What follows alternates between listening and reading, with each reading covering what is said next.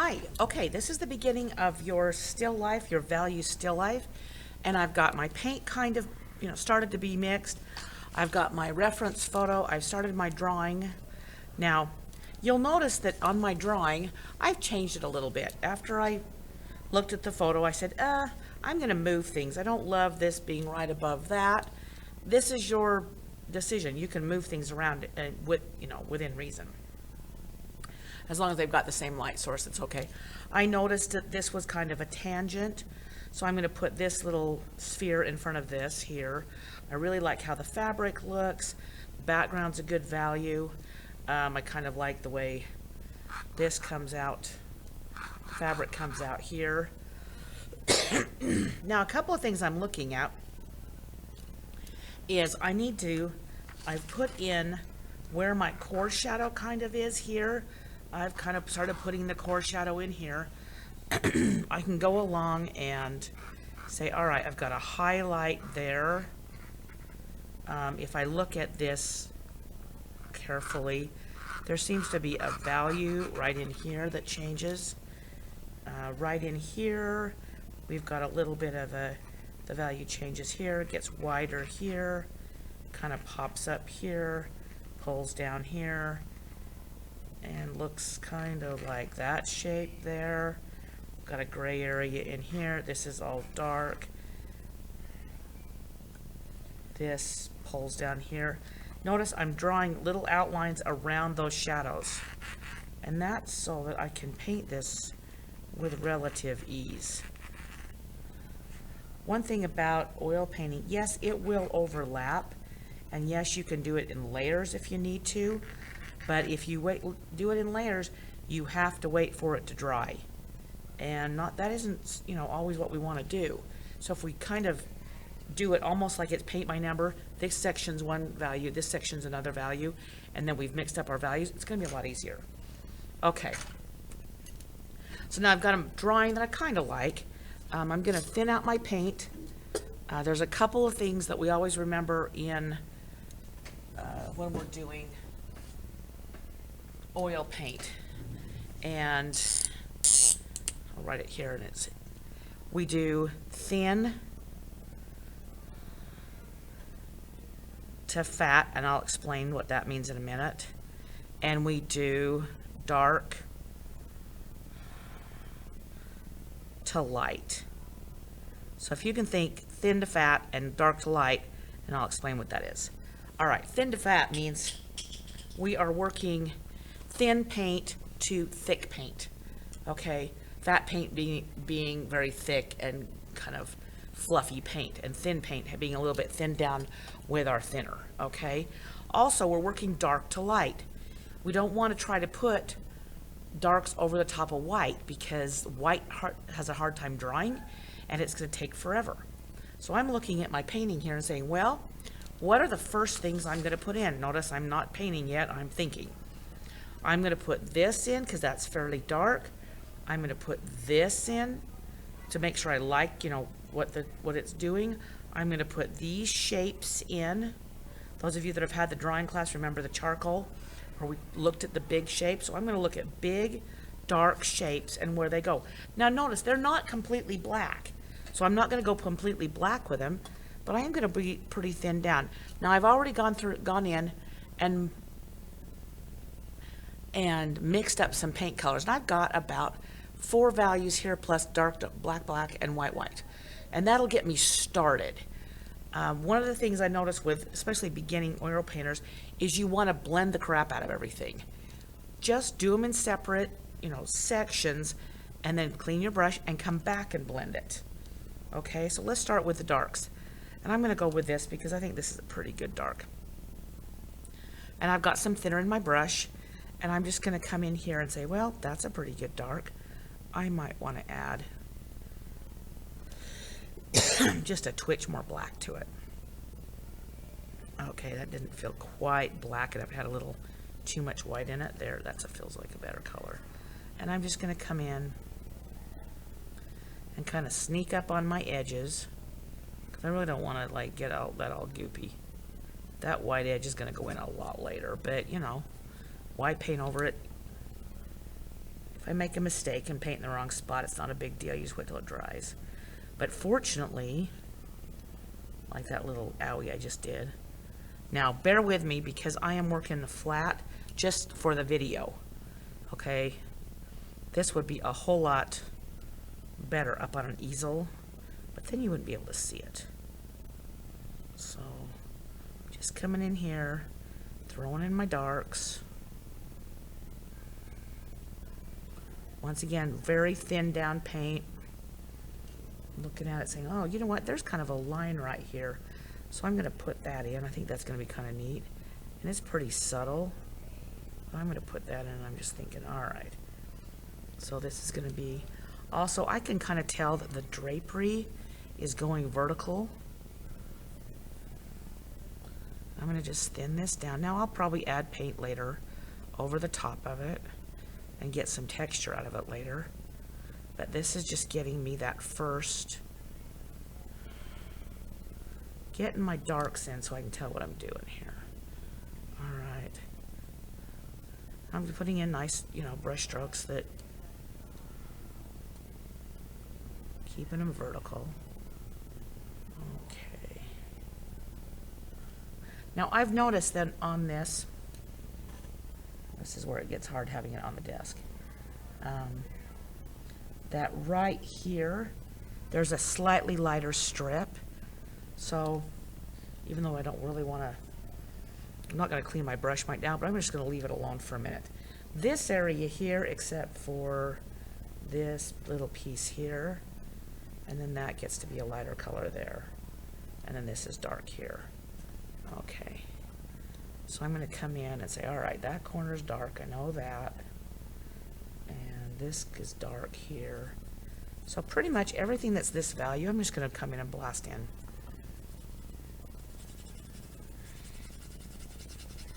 Notice those big areas first. Put in the big areas.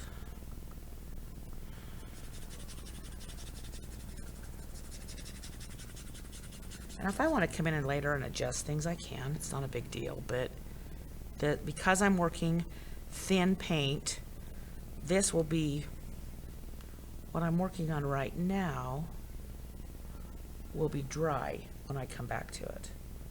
Looking at my sphere and saying, well, I know I changed it, so it's going to be a little weird. But sneaking up on the edge of the sphere. And yes, I'll be able to come back in here and make it super perfect later. But I'm just getting those big shapes in. Now, if I didn't see this, it's not really a highlight. It's more like just a slightly different. I could do that all dark and come back in with a light later. But right now, I think I'm just I want to see what the design does and see if it's helping as a design element. And that's what doing all these big shapes is going to help with. Okay, so there's that. Now, where's some of the other darks here? And how dark are they? Okay, this here feels like a really good dark. So I'm going to blast that in.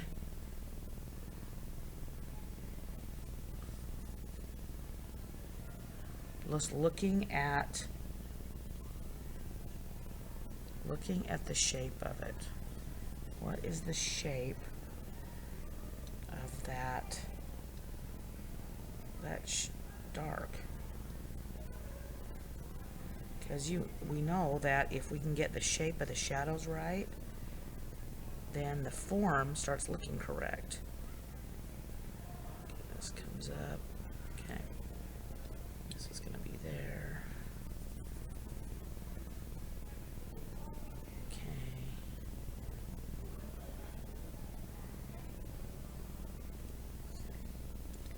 This one comes in here, pulls down, and yes, that edge will soften up later, so I can come in and soften this up.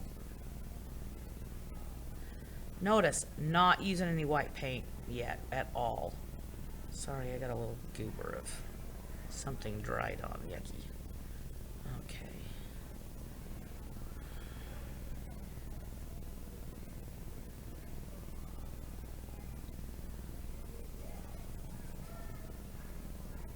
Okay, Okay, so there's that dark. Looks like I need this one. Not gonna go quite as dark with it. Well, it's dark right here. So I'm gonna do it really dark right here. And yes, I can soften that edge up later. I'm gonna move to a slightly grayer over here. And my paint's a little thick, so I'm gonna thin it down. Because I'm just getting the first pass at all this. And some of it might stay, but I doubt it. We're just getting all of my shapes in correctly.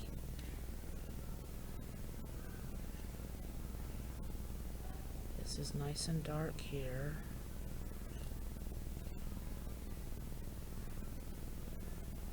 Okay, come back in with, notice I'm not trying to rinse out my brush every time. I'm just wiping it off with a little thinner on it. Okay, getting that dark there. Come down here. Now where does it go? Pulls down through here. Now it gets a little bit lighter here, so, and I need a color. I need one more, well, I'm just gonna blast that in because I think it's about that value. Alright, so I'm gonna just pull this underneath. It stops being light right here. Pulls that around. Pulls this underneath. Now if I want to make it darker later, as long as my paint's thin, I can probably darken it up later. Okay, so I'm going to bring this underneath my sphere. Try to make it look like it's actually round. Okay, pull this around. Go a little darker right through here. Now I've got this funny little edge here, so I'm going to leave that. I'm spending a little bit of time kind of squinting at it. Going, oh, what is the dark? Now this shape, I'm going to thin out my paint. And I'm looking at that going, okay, there's a value change here. So I'm going to do this in this gray.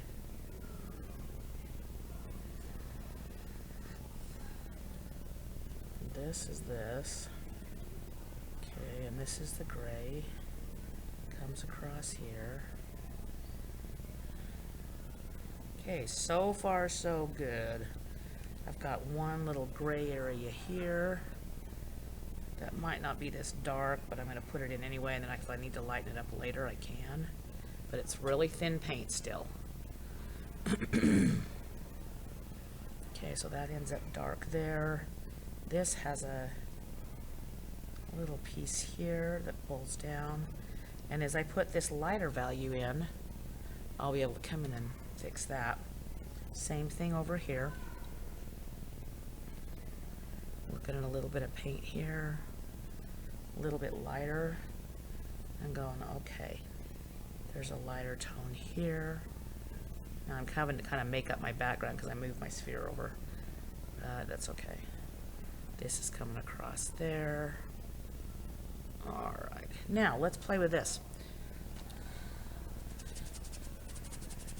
Notice just cleaning up my brush off, just a little tiny bit of thinner on the rag.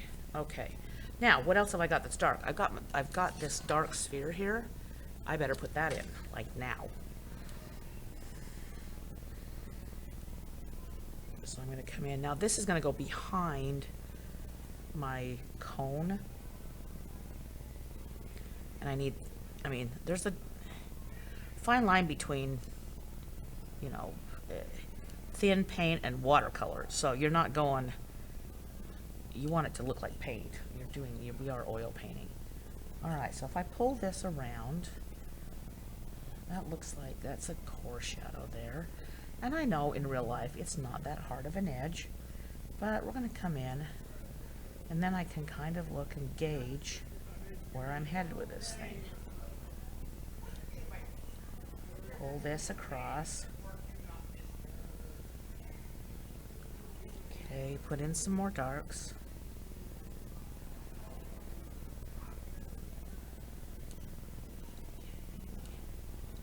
This is actually quite a bit darker than that background, so I'm going to make sure I'm dark, and once again, I'm trying to get the right value in there, but nice thin paint. And I'm trying to make sure it's opaque enough that it still looks like, you know. Okay. Also, when I'm doing this, as I start finishing, you know, and saying, all right, this is going to be what it's going to look like, I kind of wrap my strokes around the object to make them, give them that illusion of being, you know, having mass to them. Okay, but you'll notice once you touch it and you start going back and touching it again, it's not happy with you. You just got to pretty much touch it and be done with it. Okay, now how dark is this one? How dark is this? If I'm looking at my values here, it could be in this range. It might be like halfway between those two. So I'm going to grab my palette knife and pull this and do that. Add a little white, or I guess that's the gray to it, till I can get kind of a nice dark that's not as dark as what I've been using. Okay, that's kind of in the middle there. Keep your palette knife clean, otherwise you have to fight with it later. Okay, once again, just thinning out my paint just a tiny bit. Had a little of the other color on it, or the other value, which I'm not thrilled with, but oh well. Alright, so we've got that. Okay, now I'm going to come in, and with that same thin paint, that might be a little light here. I can always come back in and darken it. And I'm going to come in. Yeah, I'm okay with this value because look, there's a nice contrast between this and that dark behind it. So this sphere is still going to show up. So, and we pull that around. And I'm going to pull in this shape.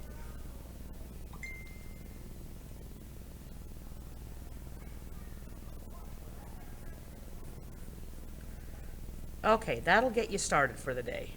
Get your good drawing in, get your basic large shapes in, especially your big darks. Then work up, kind of sneak up on those middle values. Very, very, very, very last, we put all these beautiful little highlights in. And make sure you're working thin paint. You can always go back in later and add darks to it when it's kind of dried a little bit. All right, good job. Bye.